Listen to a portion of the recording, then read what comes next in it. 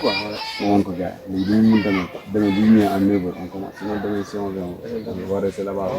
De préférence, ñu commencé def ni balayer nii quoi.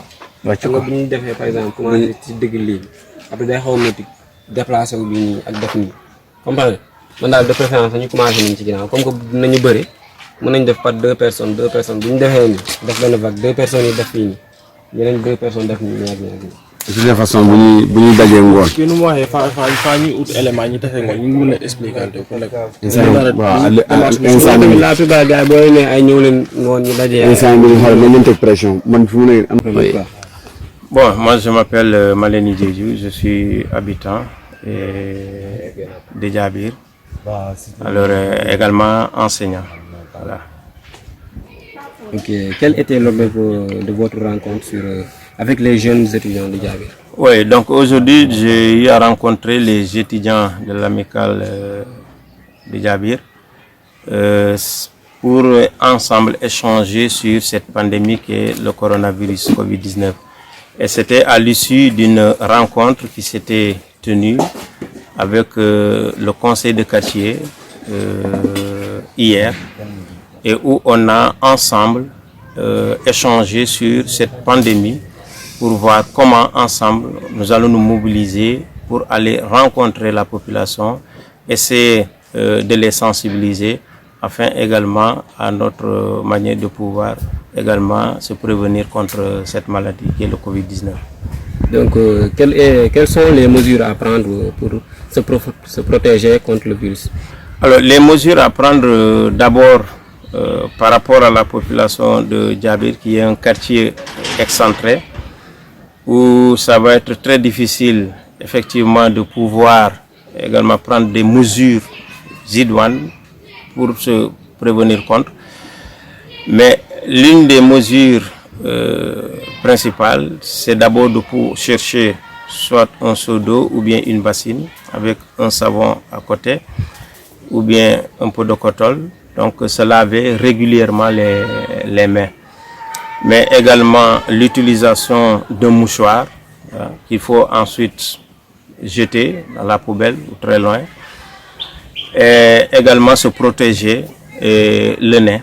Donc pour ici la population, je crois que c'est pratiquement les principales mesures qu'il faut adopter pour vraiment ensemble, nous également, qu'on puisse à notre manière lutter ou bien se prévenir contre cette maladie, cette pandémie qui fait des ravages.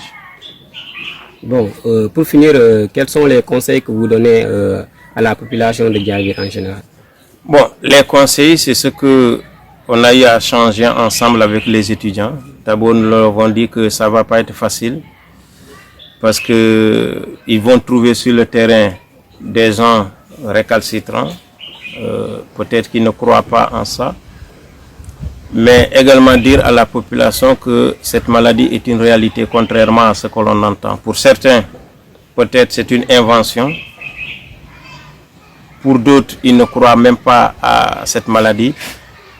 Mais leur dire que c'est vraiment une réalité. Imaginez un pays qui ferme son aéroport avec tout ce que ça apporte comme argent dans le pays. Un pays qui ferme ses écoles avec toutes les dépenses qui sont faites dans ces écoles et ce que ça peut rapporter comme conséquence. Donc, imaginez que ces pays ferment ces écoles, que ces pays ferment leurs frontières. Est-ce qu'ils le feront de gaieté de cœur justement pour une manière de plaire aux gens ou bien quoi? Mais c'est parce que s'ils le font, c'est du sérieux, c'est une réalité. C'est une maladie qui tue, qui fait des ravages. Et c'était au mois de janvier que ça va commencer, fin décembre, début janvier en Chine. Et déjà, nous sommes au mois de mars. C'est déjà au Sénégal, c'est déjà partout dans le monde. Et ça se propage tellement vite. Entre la Chine et le Sénégal, c'est des millions de kilomètres. Mais en quelques mois, en 3 mois presque pratiquement, le virus est déjà au Sénégal. Donc vous avez vu la vitesse à laquelle le virus se propage.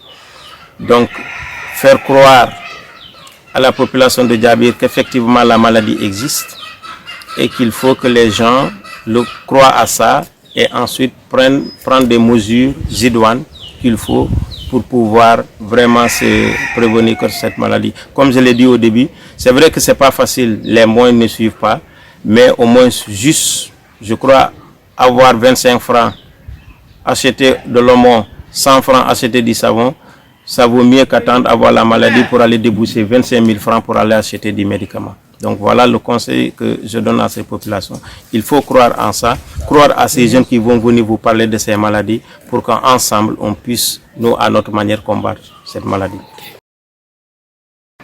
Mettre les à jour, comme ça aussi nous nous dimbaler sur cette sensibilisation.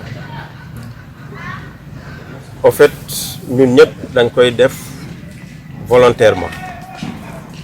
Et bu ñu koy def aussi volontairement, c'est aussi une manière pour ku nekk de se prévenir aussi nga mën a jël sa motuwaay par rapport à ça.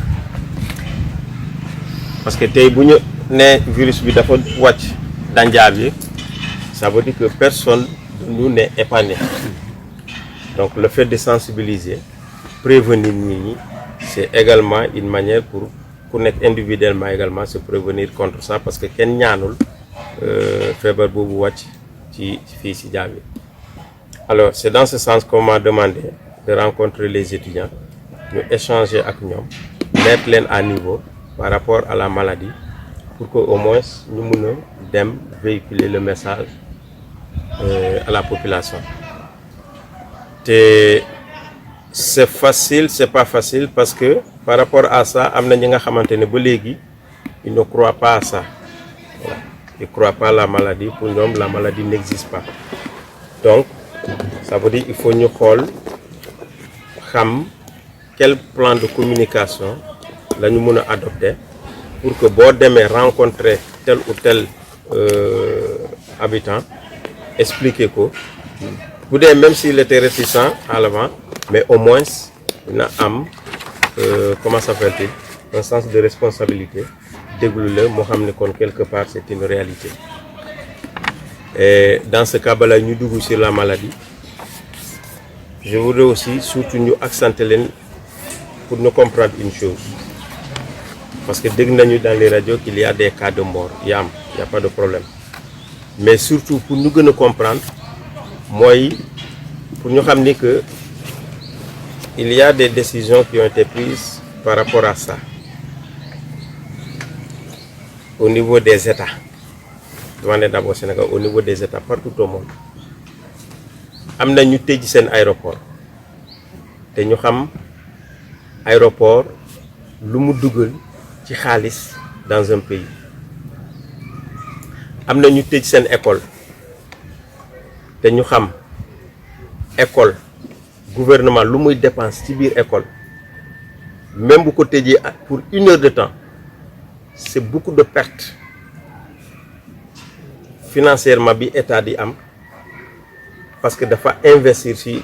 Et pendant 3 semaines je ferme les établissements scolaires, muy enseignement général, enseignement professionnel technique. Loolu rek ça montre qu'il y a du sérieux dans cette maladie. Donc ku nekk c'est à toi de croire, c'est à toi de ne pas croire, mais il faut qu'on se rende compte que dans un pays bu état demee ba jël des décisions bi nga xamante ne des répercussions aussi économiques, donc c'est parce que c'est quelque chose de sérieux, c'est quelque chose qui existe. Ne serait-ce que ça, waxtaan ak ñoom pour nous comprendre que la maladie là, donc c'est pas quelque chose d'inventé. Deuxièmement aussi, kenn ñaanu ko, am na ñuy naan Ebola jaaroon na fi jàppul kenn de patati patata, c'est ça la vie. Dañuy gis des gens qui font des choses yi nga xamante ne nga xam ne kii bu ko defee accident lay indi te muñ ñet ci jaar ñàkk bakkanam, mais teewul day continuer di ko def, moo am chance di ci mucc, di ci rëcc. Mais il n'est pas dit à force yaa ngi koy def di rëccu wala di rëcc du moins que yow li ngay def nii bon c'est quelque chose qui n'existe pas, wala doo mës a daan, wala doo mës a gaañu, wala doo mës a am accidenté par rapport à ça. Ebola jaar na fi, on a vu il y a des sensibilisations lépp def nañu ko am nañu ko am nañu ko amul parce que dans ces choses ki ko am moom mooy xam ni que kon c'est une réalité ki ko amul peut-être mun na gëm comme que ne mënul gëm mais balaa caa comme il y a des mesures de prévention donc le mieux c'est que ñun ñëpp il faut ñu gëm ni que lii am na ba pare ñu jël ci des mesures de prévention. Mesure de prévention nag c'est une mesure de prévention il n'est pas dit que boo jëlee sa mesure de prévention lu la jàpp non c'est jamais mun naa jël man mesure de prévention ma am le virus kii mun na bañ a jël mesure de prévention te du ko am mais mesure de prévention c'est une manière de se protéger comme on le dirait nañu essayer ñu ne ñu def lii moom mooy tax bu ñu mucc ci loolu kon nañ koy essayer comme ça même bu dee dina ñëw mais day amoindrir les dégâts donc c'est d'abord cette communication qu'il faut d'abord faire comprendre aux gens pour ñu xam ni que ça c'est une réalité, c'est une maladie qui existe et si les gens en parlent à travers le monde c'est parce que am na te ñu xool ni que ça c'est une réalité, c'est une maladie qui existe et si les gens en parlent à travers le monde c'est parce que am na te ñu xool à la vitesse bu muy ñëwee il y a pas longtemps c'est presque au mois de fin décembre début janvier lañ ko kii fële en Chine mais déjà mu ngi partout au monde et ça tue des millions et des millions de personnes donc ça veut dire c'est pas quelque chose bi nga xamante ne caaxaan la wala gëm nga ko wala je ne sais pas quoi que ce soit mais qu'on accepte que c'est une maladie et qu'il faut se protéger. Donc ça c'est le premier plan de communication bi nga xamante ne peut-être il faut ñu jéem ko porter à l'endroit de la population pour nous comprendre que effectivement ah lu ñu wax ni lu am la. Alors ceci étant beneen bi malheureusement j'avais essayé def tirage mais malheureusement sama encre moom a trahi dafa jeex parce qu'il y a une fiche technique et des images yi fi nekk nga xamante ne au moins mën nañ ko woon la population sur d'abord la maladie comment ça se transmet comment ça se manifeste et quelles sont les mesures de prévention yi ñu war a jël par rapport à ça donc je crois que balaa ngeen dem ku nekk si sa portable naa la jox au moins kii boobu comme ça boo leen demee vous allez montrer ça ou bien si possible ça boo leen ko mën a jox léegi comme ça ñu jéem ko partager ensemble avec seen portable yi parce que bëggoon naa ko def suuf en tirage mais malheureusement s'il y en a des gens qui veulent jël ko ni c'est des images beneen bi c'est littéraire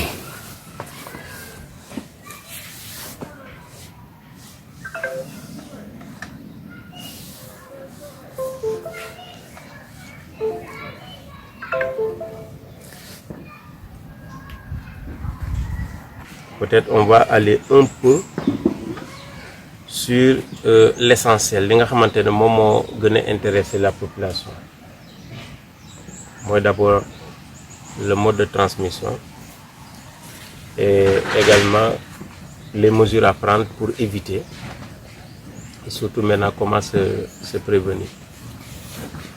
Alors de manière très simple d'abord pour les faire comprendre que